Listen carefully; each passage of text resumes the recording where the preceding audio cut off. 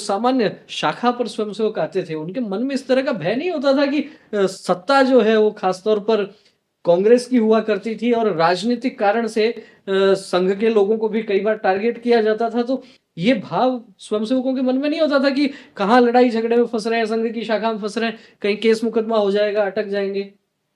वैसे संघ की शाखाओं में कभी कभी ऐसा होता था, उस समय में होता था, आजकल तो नहीं होता है। लेकिन संघ का स्वयंसेवक पवित्र पवित्र उद्देश्य को लेकर के चलता था, इसलिए वो उसको डरने की आवश्यकता नहीं पड़ती थी। और भले ही उस समय वहां हो रहा हो, समाज के अंदर समाज स्वयंसेवक की पीठ पर रहता था, इसलिए समाज में उसको कहीं कोई प्रकार की दिक्कत नहीं आती थी। इसलिए स्वयंसेवक तल्लीनता से अपना कार्य करता रहता था। तो समाज से ही अपने कार्य किया है। समाज का खूब सहयोग उस समय भी रहता था, आज के इस दौर में भी है। और आपने जैसे संघ की शाखाओं में काम किया, उसके बाद में भी सामाजिक समरसता का आप काम देखते हैं।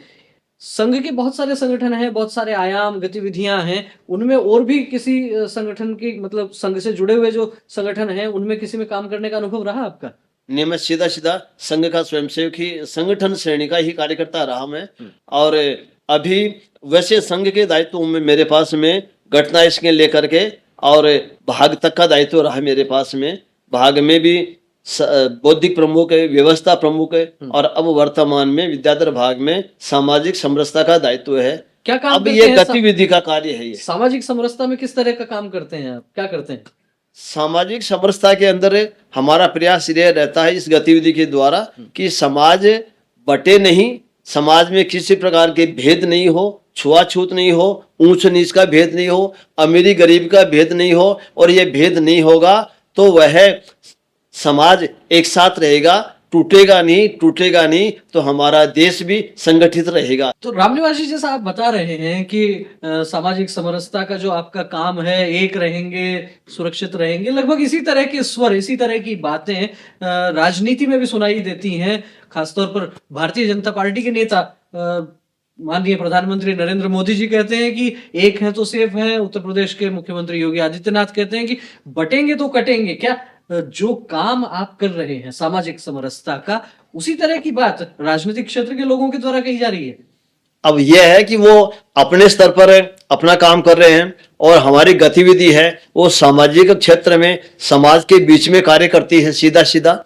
और समाज के बीच में कार्य करते हैं तो इसमें सीधा सीधा ये रहता है कि समाज के अंदर भाषणों से परिवर्तन नहीं आने वाला है, उनके आचरण में होना चाहिए। तो जब उनके आचरण में परिवर्तन लाने के लिए, अब जैसे हमने सामूहिक यज्ञ किए, और सामूहिक यज्ञ के अंदर हमारी परंपरा के अनुसार एक वेदी पर 4 जोड़े बैठते हैं और हमारे समाज के अंदर 4 वर्ण होते हैं, तो चारों वर्णों के लोगों को हम उस वेदी पर बैठाते हैं। जब एक साथ वो हवन करेंगे और आहुति देंगे, साथ साथ बैठेंगे और 2-3 घंटे तक साथ रहेंगे, तो स्वतः ही उनके अंदर, मनों के अंदर उनमें निकटता आएगी, आत्मीयता आएगी और एक दूसरे का किसी प्रकार का भेदभाव उत्पन्न नहीं होगा।